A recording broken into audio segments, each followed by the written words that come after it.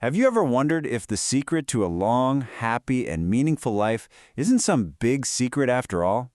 What if it's a way of living that's been practiced for centuries on a small island in Japan? Well, today we're going to dive deep into this powerful concept called Ikigai, based on the amazing book that brought this idea to the whole world. This Japanese proverb really just gets right to the heart of it, doesn't it? The key to living to 100 isn't about, slowing down and putting your feet up. It's about having a reason to keep moving, to stay engaged. But this raises the bigger question we're all really asking. I mean, it's one thing to live longer, sure. But how do we make sure those extra years are actually filled with joy and purpose? The search for that answer? Well, it takes us to a very specific place on the map. And that place is inside one of the world's blue zones. These are rare pockets of the globe where people seem to defy the odds, living these incredibly long and healthy lives.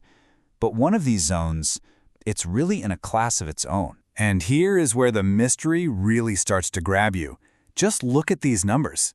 On the Japanese island of Okinawa, the number of people living past 100 isn't just a little higher, it is completely off the charts compared to the rest of the world.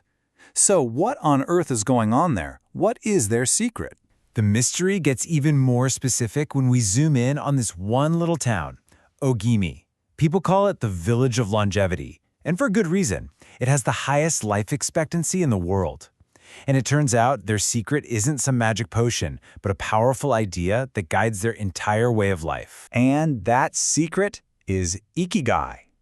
This one single concept is the engine that drives the incredible lives of the people in Ogimi. It is their reason for being, their purpose. Really, it's their reason to get up in the morning. So what is Ikigai exactly? Well, let's break down the word. Iki means life, and gai means something like to be worthwhile. So put them together, and it's quite literally your reason for being. It's what makes life feel worth living. And we're not talking about some grand, abstract mission here. It's about the joy you find in what you do every single day. And this right here shows such a fundamental difference in mindset. In the West, we often see retirement as the finish line, right? A complete stop. But in Japan, there isn't even a word that means the same thing. The goal isn't to stop working. The goal is to never stop doing what you love. It's about staying connected to your purpose for as long as you possibly can. Okay, so a guiding philosophy is one thing, but how does that actually play out in real life? Let's look at the practical habits, the pillars that Okinawan centenarians build their lives on, day in and day out. The first pillar is community. And this quote from an Ogimi resident, it says everything. Social connection is absolutely vital. They have this amazing tradition called a moai, which is basically a group of friends with common interests who support each other for life.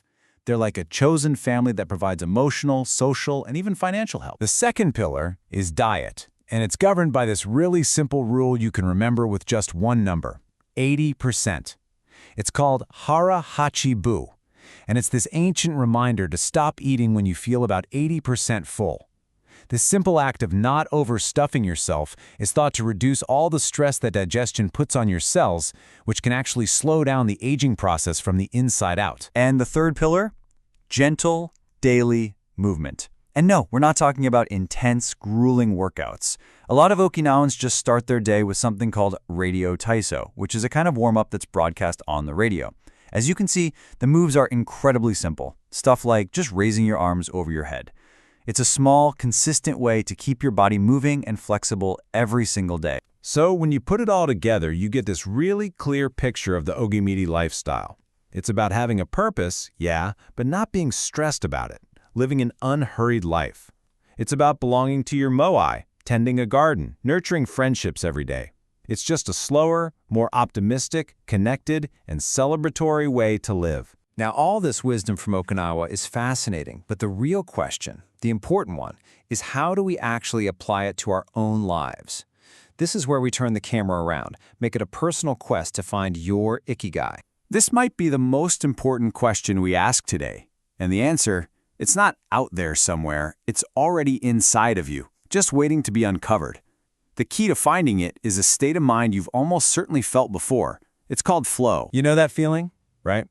When you're so absorbed in something that the rest of the world just melts away and you lose all track of time, that's your starting point. So, step 1, make a list of all the things that get you into that state.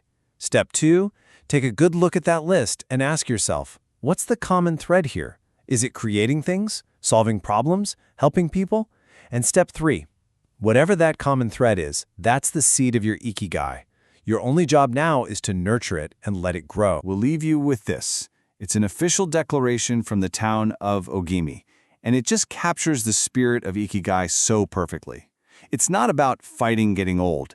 It's about having so much purpose, so much joy in what you do that you simply don't have time to grow old. So the only question left is for you. What are you going to choose to stay busy with?